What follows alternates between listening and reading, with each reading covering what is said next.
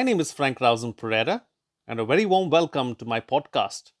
Many of you would know me as the host of The Big Picture and India's World on Rajya TV. But I'm here not in my capacity as a debate show host today, but in my capacity of being a Bharatiya. As the title of the podcast suggests, the idea is to put Bharata first, meaning at the center of everything that we do. Through the podcast, I would like to inform, educate, and empower my fellow Bharatiyas. In this series, I'm going to be doing a reading of C. Rajagopalachari's Mahabharata, one chapter at a time. Do join me on this wonderful journey. Chapter 5: The Marriage of Devayani.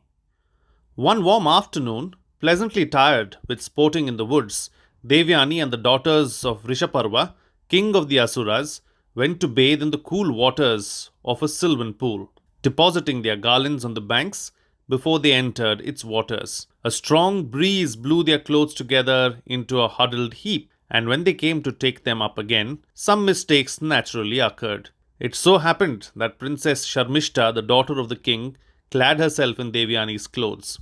The latter was vexed and exclaimed half in jest at the impropriety of the daughter of a disciple wearing the clothes of a master's daughter. These words were spoken half in jest, but the Princess Sharmishta became very angry and said arrogantly, "Do you not know that your father humbly bows in reverence to my royal father every day? Are you not the daughter of a beggar who lives on my father's bounty? You forget I am of the royal race, which proudly gives, while you come of a race which begs and receives, and you dare to speak thus to me?" Sharmishta went on, getting angrier and angrier as she spoke, till working herself up into a fit of anger, she finally slapped Devayani on the cheek and pushed her into a dry well. The Asura maidens thought that Devayani had lost her life and returned to the palace.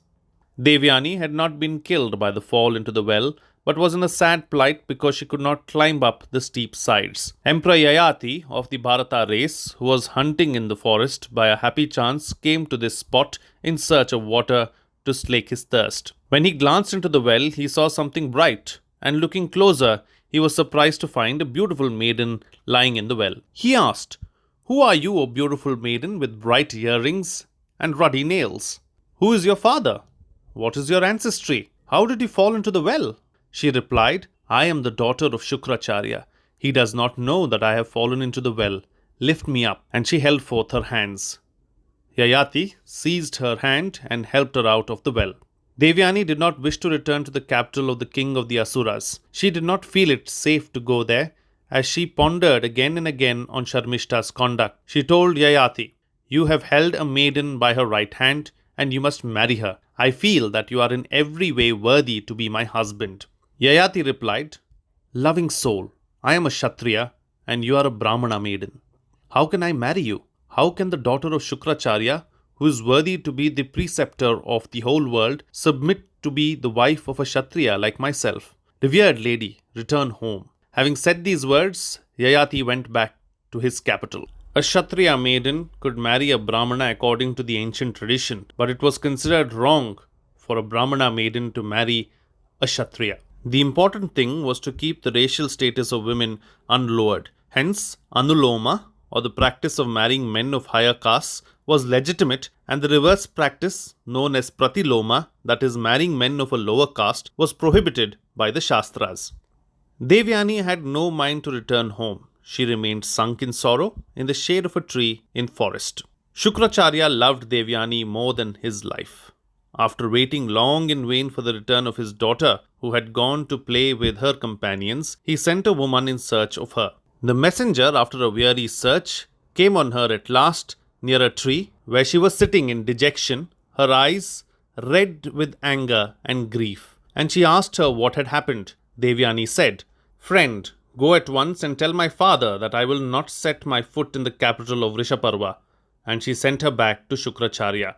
Extremely grieved at the sad plight of his daughter, Shukracharya hurried to her. Caressing her, he said, "It is by their own actions, good or bad, that men are happy or miserable. The virtues or vices of others will not affect us in the least." With these words of wisdom, he tried to console her. She replied in sorrow and anger, "Father, leave alone my merits and faults, which are after all my own concern. But tell me this, was Sharmishta, the daughter of Rishaparva, right when she told me you were but a minstrel singing the praises of kings? She called me the daughter of a mendicant living on the doles won by flattery. Not content with this arrogant contumely, she slapped me and threw me into a pit which was by. I cannot stay in any place within her father's territory. And Devayani began to weep. Shukracharya drew himself up proudly. Devayani, he said with dignity, you are not the daughter of a court minstrel. Your father does not live on the wages of flattery. You are the daughter of one who is reverenced by all the world.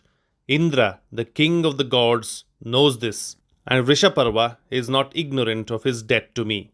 But no worthy man extols his own merits, and I shall say no more about myself. Arise, you are a peerless gem among women, bringing prosperity to your family. Be patient, let us go home. In this context, Bhagwan Vyasa advises humanity in general in the following words of counsel addressed by Shukracharya to his daughter. He conquers the world who patiently puts up with the abuse of his neighbors. He who controls his anger, as a horseman breaks an unruly horse, is indeed a charioteer, and not he who merely holds the reins, but lets the horse go whither it would. He who sheds his anger, just as a snake it slew, is a real hero.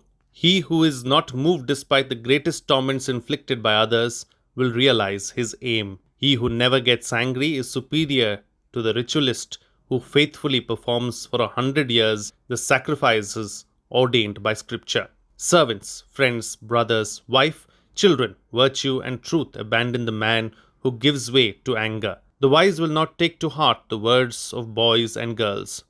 Devayani humbly told her father, I am indeed a little girl, but, I hope, not too young to benefit by the great truth taught by you.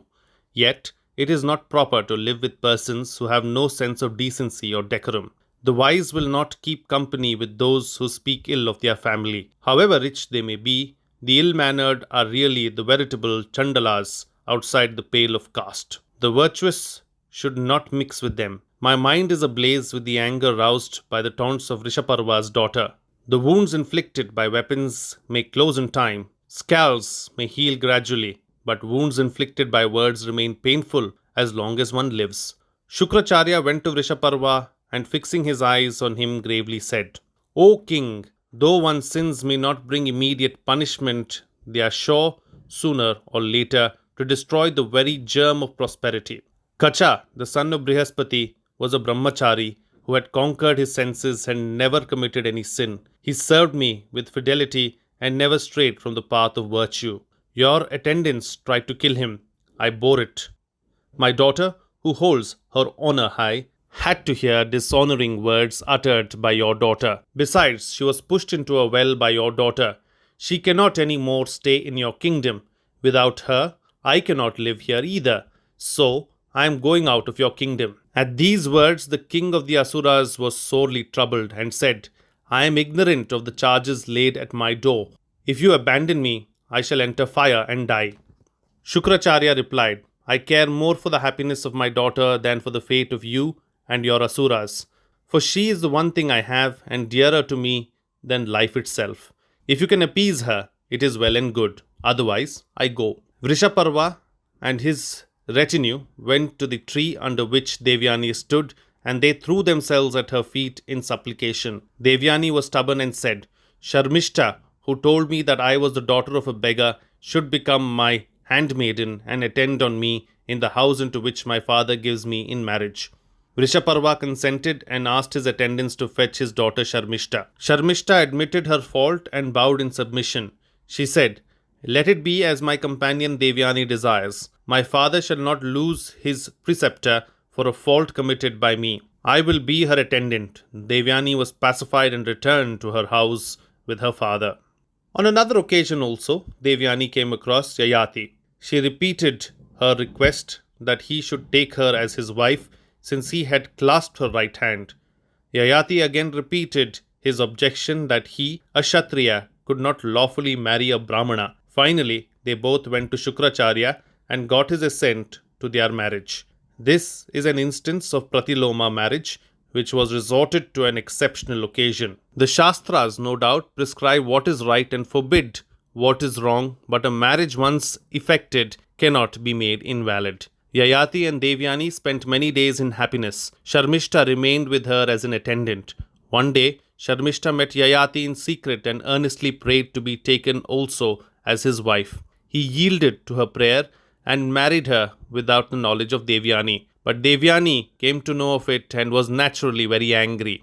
She complained to her father, and Shukracharya, in his rage, cursed Yayati with premature old age. Yayati, thus suddenly stricken with age in the very prime of his manhood, begged so humbly for forgiveness that Shukracharya, who had not forgotten Devayani's rescue from the well, at last relented. He said, "O king, you have lost the glory which is youth.